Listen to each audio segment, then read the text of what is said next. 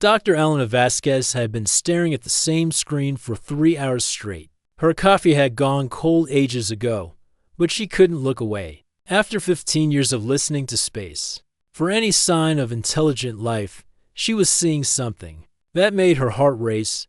The numbers on her monitor weren't random cosmic noise like usual. They were organized, they had patterns, and most importantly, they were artificial. This can't be real, she whispered to herself, adjusting her glasses and leaning closer to the screen. The signal was coming from Proxima Centauri, our nearest star neighbor, for the past 6 months. The Kepler Deep Space Observatory had been picking up strange transmissions from that direction. But Elena was the first person to realize what they were looking at.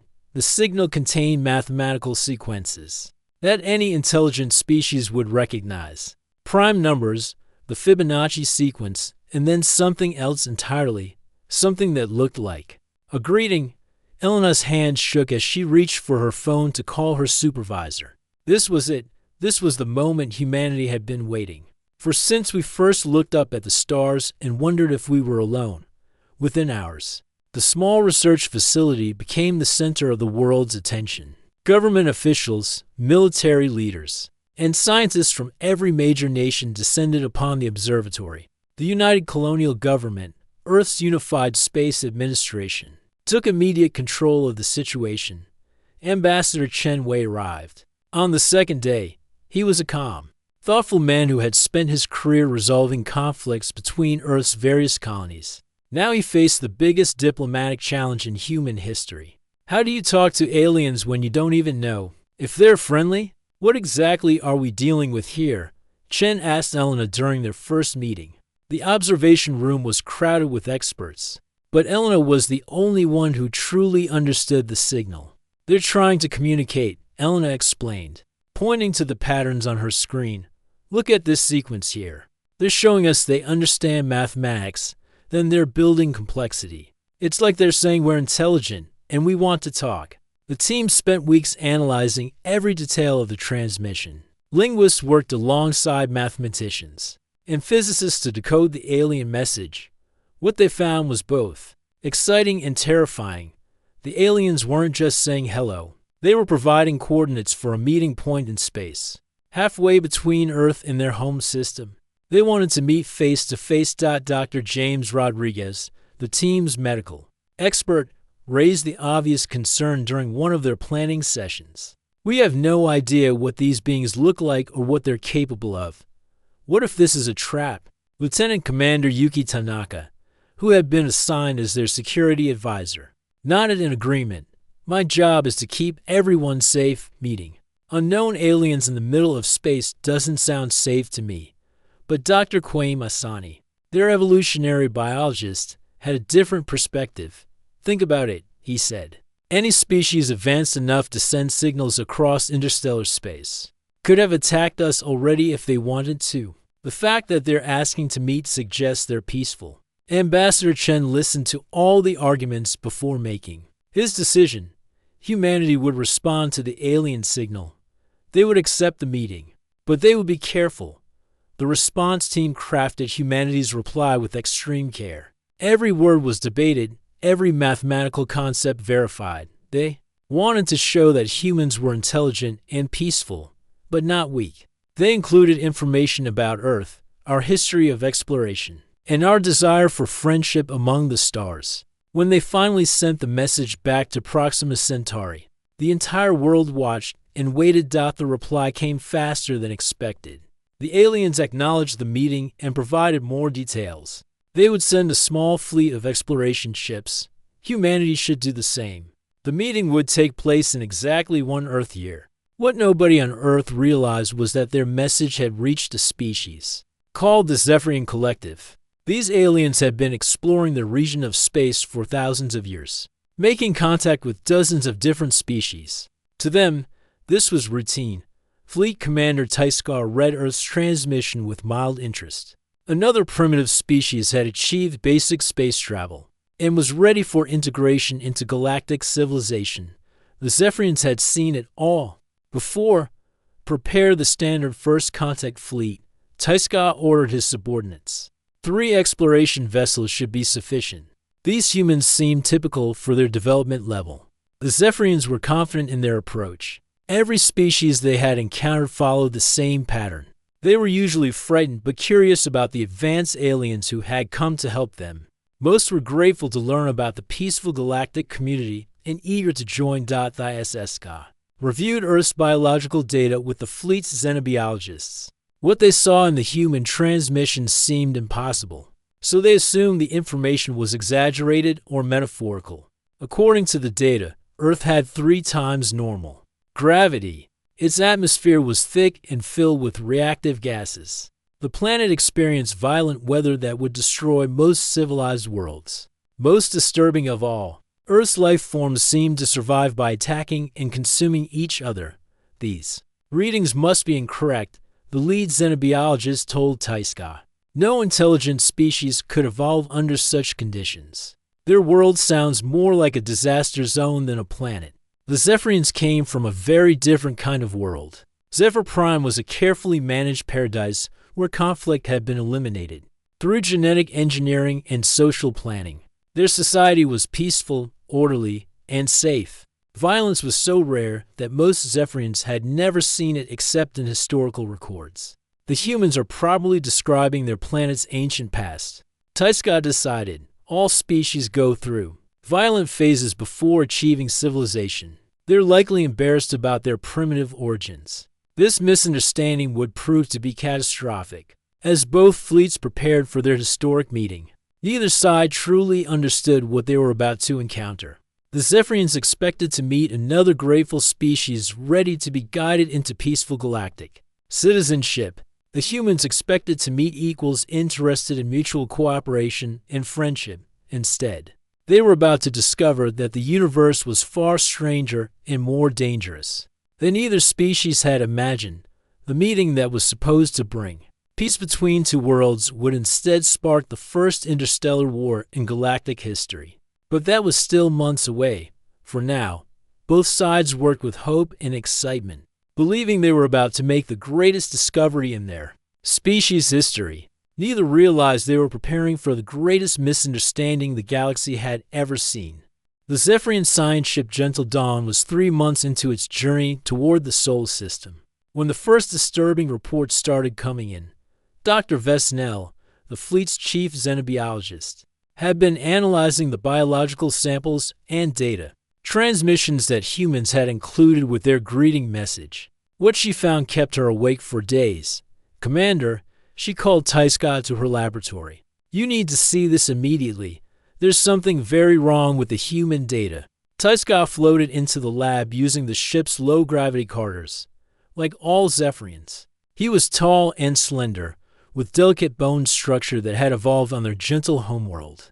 His large eyes, adapted for Zephyr Prime's dim sunlight, blinked in confusion as he looked at Vesnell's holographic displays. "What am I looking at?" he asked. "Earth," Vesnell replied, her voice shaking.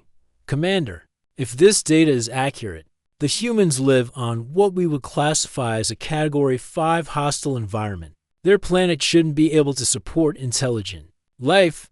The hologram showed Earth's vital statistics. Gravity nearly 3 times what most civilized species considered survivable.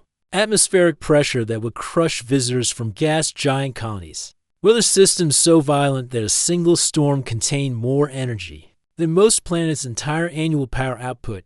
"Look at their ocean data," Vesnell continued, manipulating the display. "The water covers most of their planet, and it's constantly moving. These waves they describe would be considered natural disasters on any reasonable world. And yet they seem to think this is normal." Taiska studied the information with growing disbelief. "What about their biology? Surely they've adapted to be more fragile to compensate for their harsh environment?" Vesnell's expression grew even more troubled. "That's just it, Commander. They haven't. According to their medical data, humans are incredibly dense and strong by galactic standards. Their bones are thick, their muscles are powerful, and their cardiovascular system is designed for extreme stress." She pulled up another display, showing human anatomy. "Look at this. Their teeth are clearly designed for tearing and grinding organic matter. Their digestive system can process a wide variety of substances that would be toxic to most species. And Commander, they describe eating other living creatures as normal behavior. Tyskov felt a chill run through his body. The Zephyrians had been vegetarian for thousands of years, sustaining themselves on carefully cultivated plants that provided all necessary nutrients. The idea of consuming another living being was horrifying to him. Surely this is metaphorical, he said weakly. Perhaps they're describing their ancient past before they achieved civilization. But Vesnel shook her head. No, Commander, this is current data. They sent us images of their food preparation, and it's exactly what you'd expect from a predator species. Meanwhile, aboard the human vessel UCS Endeavour, Captain Rodriguez was having her own concerns about the upcoming meeting. The ship was humanity's newest diplomatic vessel. Designed specifically for first contact scenarios, it was clean, modern, and equipped with the best translation technology Earth could provide. But Rodriguez couldn't shake the feeling that they were unprepared for what they were about to encounter. Dr. Asanti, she called to the evolutionary biologist who was reviewing the alien transmissions in the ship's science lab.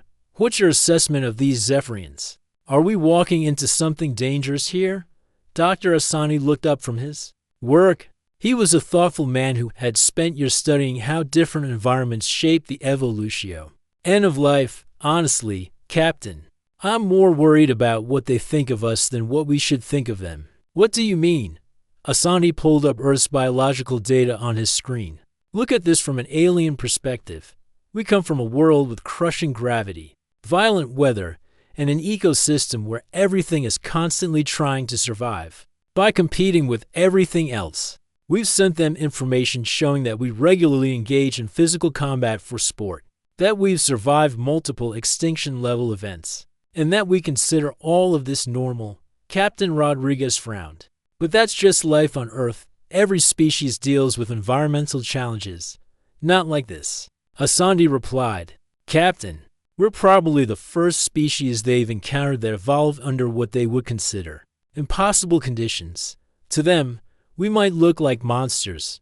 In the ship's medical bay, Dr. Chen was running final health checks on the diplomatic team as the mission's chief medical officer. It was her job to make sure everyone was prepared for the low-gravity environment where the meeting would take place. Lieutenant Tanaka, she called to the security officer who was serving as their protection detail.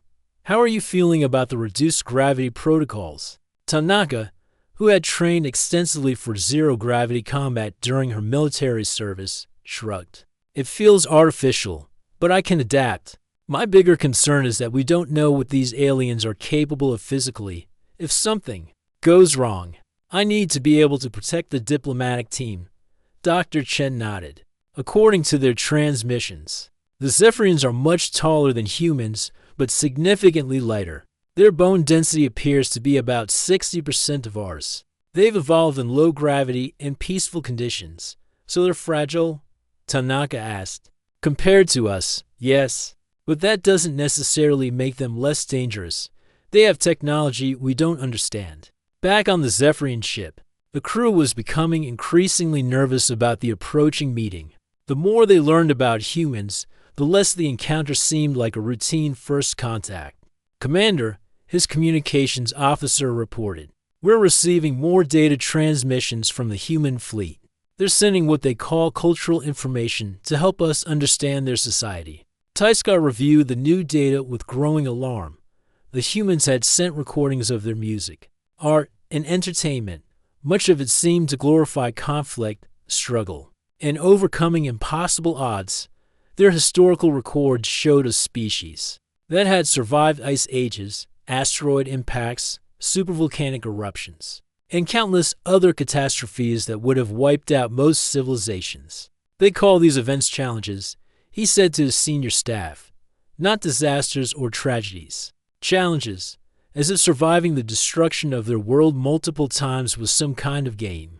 The Zephyrians began to realize they were dealing with something unprecedented. Every other species they had encountered had evolved on peaceful worlds and developed gentle, cooperative societies. Humans appeared to be the opposite, a species forged by constant struggle and hardship. What kind of beings are we about to meet?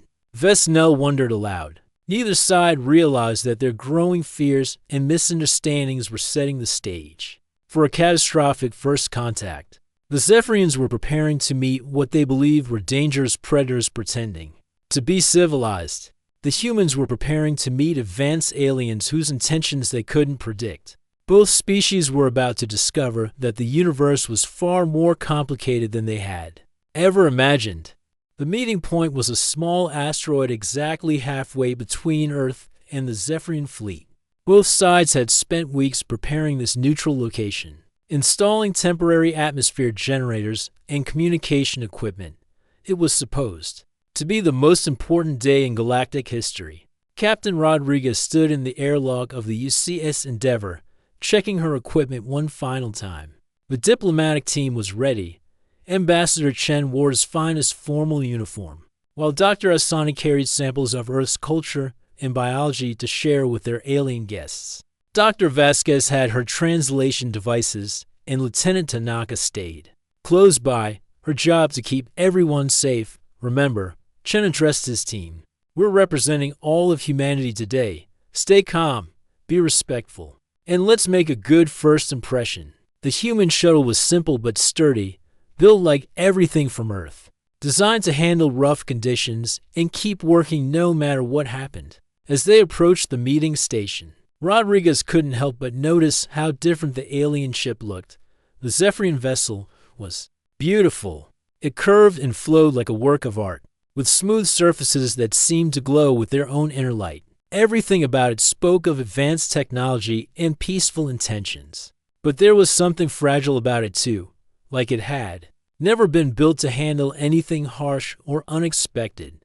They're definitely more advanced than us, Dr. Asani observed, watching the alien ship through the shuttle's windows. But their technology seems designed for a very different kind of universe than ours. Inside the Zephyrian ship, Fleet Commander Tyscott was having his own doubts. The human vessel looked like a weapon to his eyes, all sharp angles and heavy armor plating. It was the kind of ship you built if you expected to fight your way through space rather than explore it peacefully. Are you certain about the pacification systems? He asked Dr. Vesnell as they prepared to meet the humans. Completely, she replied, though her voice carried a note of uncertainty. The gas is completely harmless. It simply reduces aggressive impulses and helps promote calm communication. Every species we've encountered has responded well to it. The meeting chamber was a compromise between both species' needs. The gravity was set to Earth normal, which was uncomfortably heavy for the Zephyrians, but necessary for the humans to function properly. The atmosphere was a careful mixture that both species could breathe. When the airlocks opened and the two groups first saw each other, there was a moment of complete silence. The Zephyrians were even taller than the humans had expected, with graceful movements that seemed almost like dancing. Their large eyes reflected intelligence and curiosity, and their technology was clearly far beyond anything Earth had developed. They seemed genuinely peaceful and welcoming. The humans appeared exactly as dangerous as the Zephyrians had feared, even in the heavy gravity that was crushing the aliens. The humans moved with easy confidence. Their compact, muscular builds and alert expressions marked them as natural survivors. Everything about them suggested they were ready for trouble. Welcome, humans of Earth, Tyscott said through the translation system, his voice carefully controlled. Despite his nervousness, we are honored to make contact with your species and invite you to join the peaceful community of galactic civilization. Ambassador Chen smiled and stepped forward. Thank you for this historic meeting. Humanity is excited to learn about the galaxy and share our own knowledge and culture with you. At first, everything seemed to be going well. The Zephyrians explained their confederation of peaceful species, their advanced medical technology, and their system of helping younger civilizations develop safely. They spoke of worlds without conflict, where different species work together for the common good. But then Tyscott made what he thought was a generous offer. We understand that your homeworld presents many challenges, he said kindly. Our scientists have reviewed your biological data, and we believe we can help correct the environmental damage. That has affected your species' development.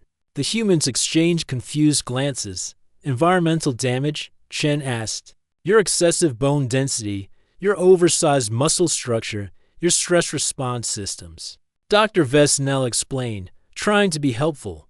These are clearly adaptations to a hostile environment. With our medical technology, we can help normalize your biology and relocate your people to more suitable worlds. Dr. Asani felt his jaw tighten. There's nothing wrong with our biology. We evolved on Earth because Earth is our home. We don't need to be fixed. The Zephyrians seemed surprised by this response. In their experience, every species they encountered was grateful to be rescued from whatever harsh conditions had shaped their evolution. The fact that humans seemed attached to their dangerous world was confusing. But surely you understand, Taiska continued, that your planet is fundamentally hostile to intelligent life. The violent weather, the crushing gravity, the competitive ecosystem. These things have clearly traumatized your species' development. Lieutenant Tanaka stepped forward, her protective instincts activated by what sounded like criticism of Earth and humanity. Earth isn't hostile, she said firmly. Earth is home. And we're not traumatized, we're strong. That's when the Zephyrians' automatic monitoring systems detected the rising stress levels in the human delegation. Heart rates were increasing, adrenaline levels were spiking, and the humans were showing all the biological signs that the aliens' database associated with impending violence without warning. Hidden vents in the meeting chamber began releasing the pacification gas. It was completely invisible and supposedly harmless, designed to calm aggressive impulses and promote peaceful discussion. But the humans had no way of knowing what the sudden chemical smell meant. They only knew that the aliens had just criticized everything about humanity and Earth. And now some kind of gas was filling the room. Gas attack, Tanaka shouted, her military training taking over instantly.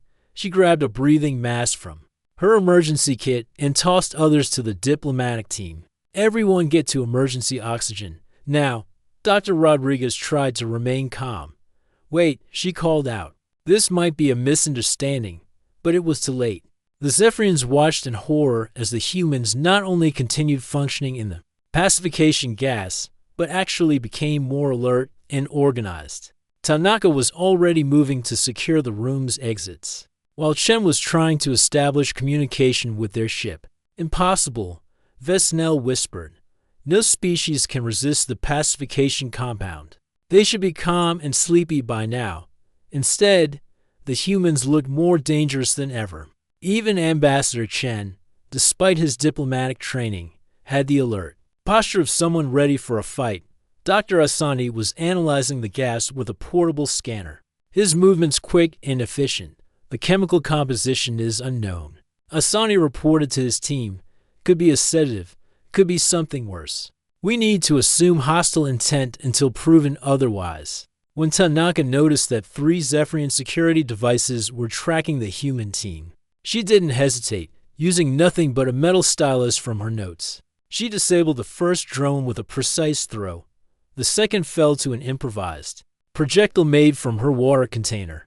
The third she simply grabbed and crushed with her bare hands. The Zephyrians had never seen anything like it. The security drones were designed to stop any known species, but this human had destroyed them, like they were toys. And she had done it while breathing poison gas that should have left her unconscious. They're not just immune to pacification, Taiska gasped. They're becoming more effective under chemical suppression. What kind of species are we dealing with? The misunderstanding was complete. The Zephyrians believed they were facing a species of natural-born killers who had been pretending to be peaceful. The humans believed they were dealing with aliens who had tried to drug them.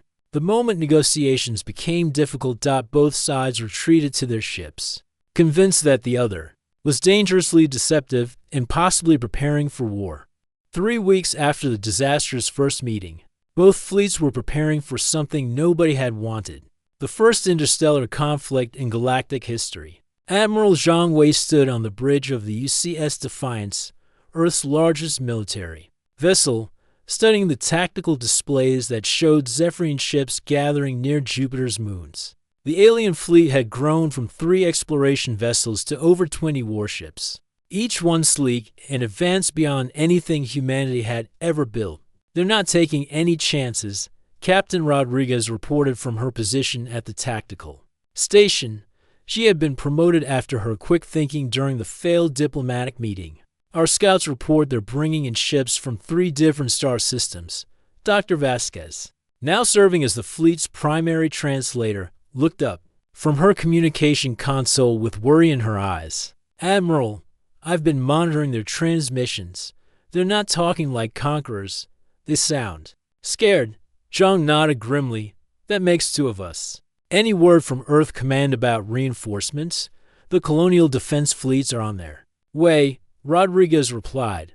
"But it'll be another month before they arrive, if shooting starts. We're on our own." What neither side fully understood was how completely they had misread each other's intentions. The Zephyrians genuinely believed they were facing a species of dangerous predators who had somehow achieved space travel. Every tactical analysis of the failed meeting convinced them that humans were masters of deception and violence.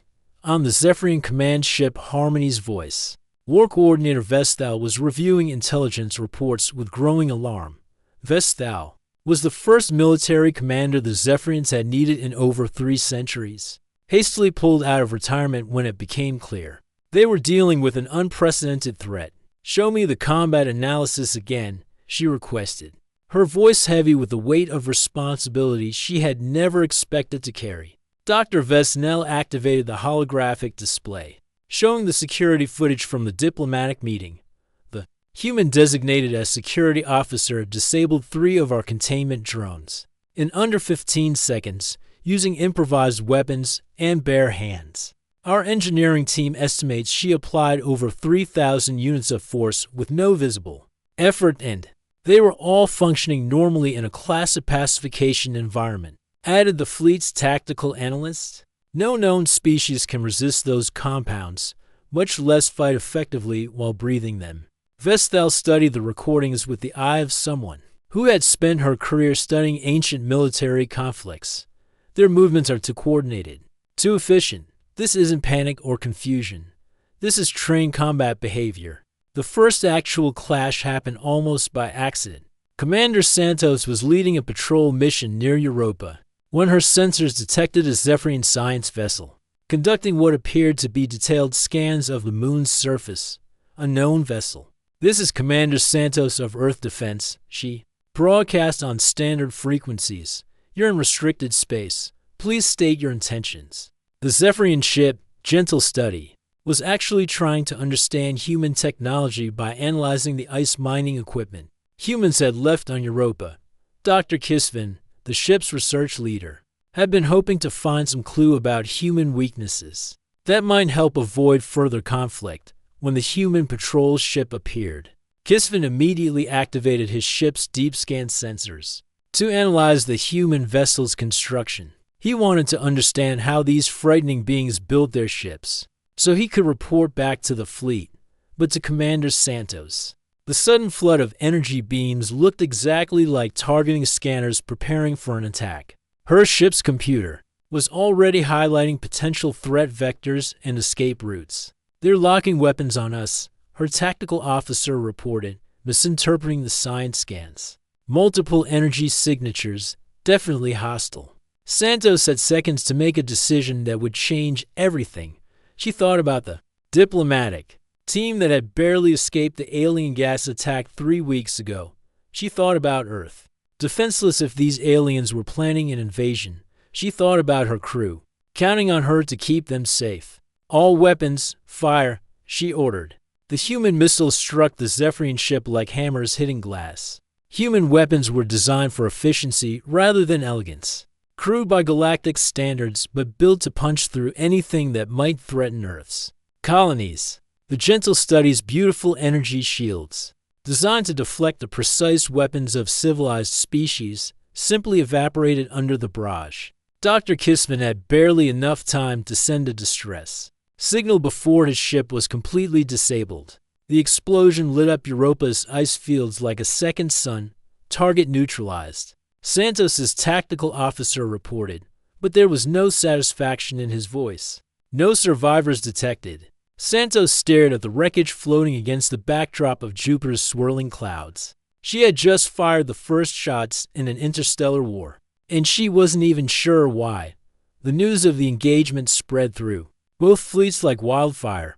For the humans, it confirmed their worst fears. The aliens were conducting reconnaissance for an invasion, scanning human defenses and technology. The fact that they had been caught studying Europa's strategic mining facilities seemed like proof of hostile intentions. For the Zephyrians, it was absolute confirmation that humans were ruthless killers. A peaceful science vessel had been destroyed without warning, its crew of researchers eliminated in seconds.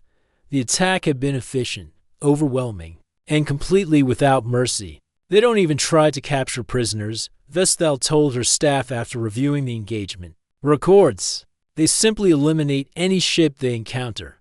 This isn't warfare as we understand it. This is extermination behavior. More skirmishes followed over the next few days, each one reinforcing both sides' misconceptions.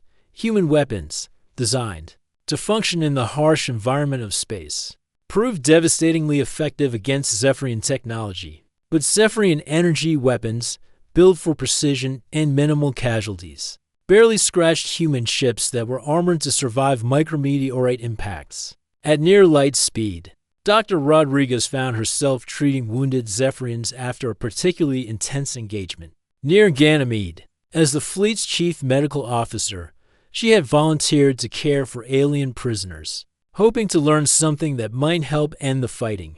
What she discovered changed everything she thought. She knew about their enemies. The Zephyrian prisoners were terrified, but not in the way she expected. They weren't afraid of being hurt or killed. They were afraid of being in human gravity and atmosphere. Their delicate bone structure and lightweight build became immediately obvious when she examined them outside their ships. "You're not warriors at all, are you?" she asked one of the injured aliens through the translation system. The Zephyrian, a young engineer named Toski, looked at her with large, frightened eyes. "We are researchers and explorers," he said. "We have never known violence until we met your species. Why do you destroy everything you encounter?" Dr. Rodriguez felt a chill run down her spine. "We don't destroy everything. We only fight when we're attacked or threatened." "But we offered you peace," Toski replied, confusion clear in his voice. "We offered to help heal the damage your world had done to your bodies, to relocate you to safer planets.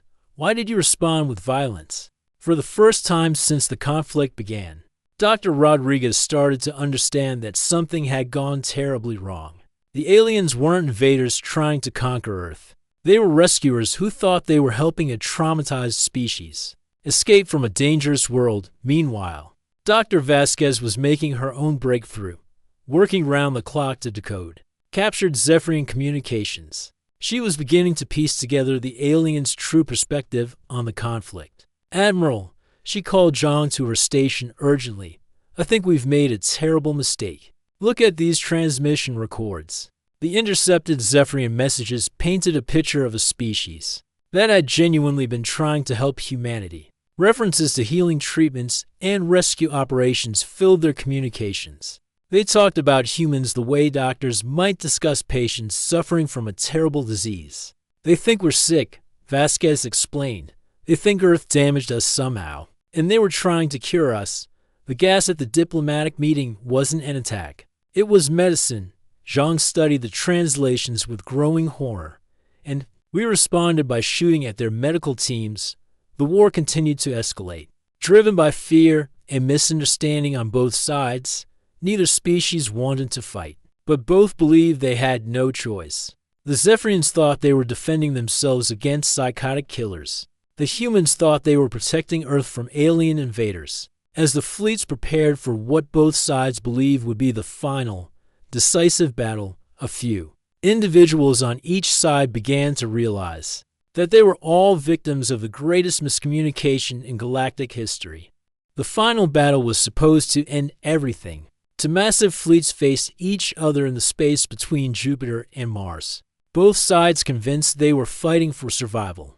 Admiral Zhang looked out at the Zephyrian armada through the bridge, windows of the UCS Defiance, and felt the weight of humanity's future on his shoulders. All ships report ready for engagement, Captain Rodriguez announced from her position. The human fleet was smaller, but built like floating fortresses, each ship designed to survive anything space could throw at them.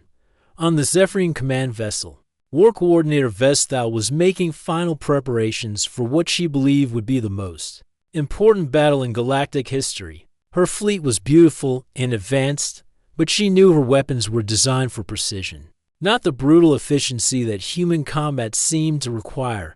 Remember, she told her captains, we're not trying to destroy them, we're trying to stop them before they can spread their violence to other worlds. The battle began with both sides holding back, hoping the other would retreat. But when the first shots were fired, the fighting quickly became more intense than anyone had expected. Human ships proved nearly impossible to destroy. Built to handle Earth's harsh environment and the dangers of deep space travel, they absorbed damage that would have crippled any other known vessel.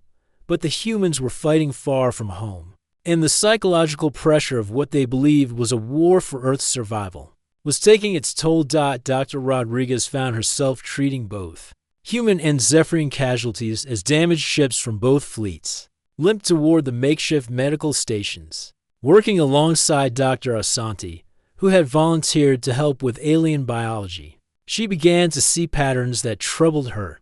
These Zephyrians aren't soldiers, she told Asanti during a brief break between emergency surgeries.